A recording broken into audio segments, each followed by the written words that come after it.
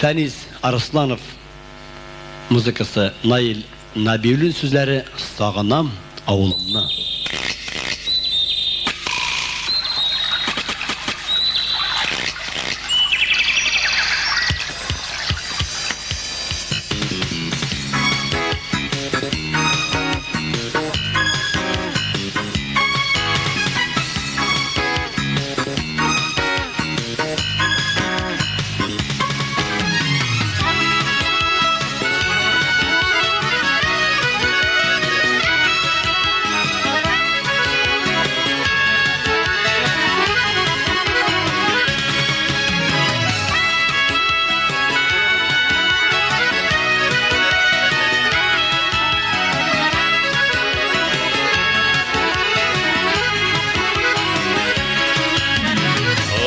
Qaytmay turganğama avvalımını sağınam, avvalım yağına qarab qanatımını bağınam.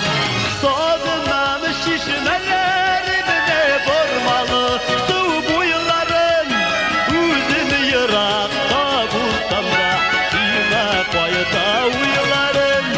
Sağınam şişmelerimine vurmalı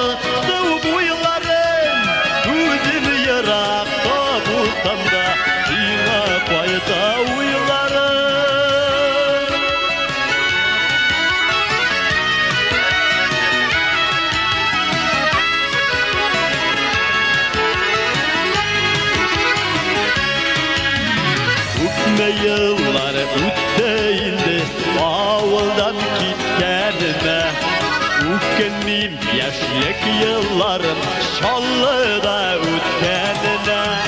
Sağından şişmelerimine vurmalı su buyuların, üzümü yırakta bulsam da sine qayta uyularım.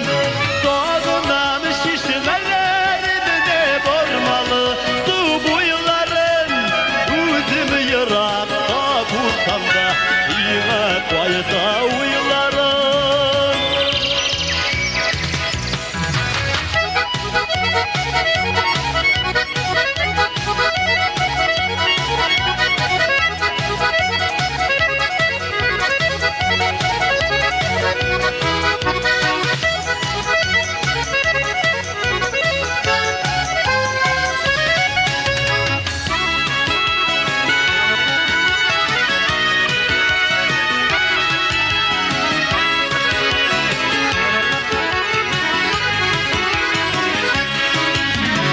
Avvalım narı kaldı Üngelim kıllarında, Kavgan yağımını sağınıp Jırlayım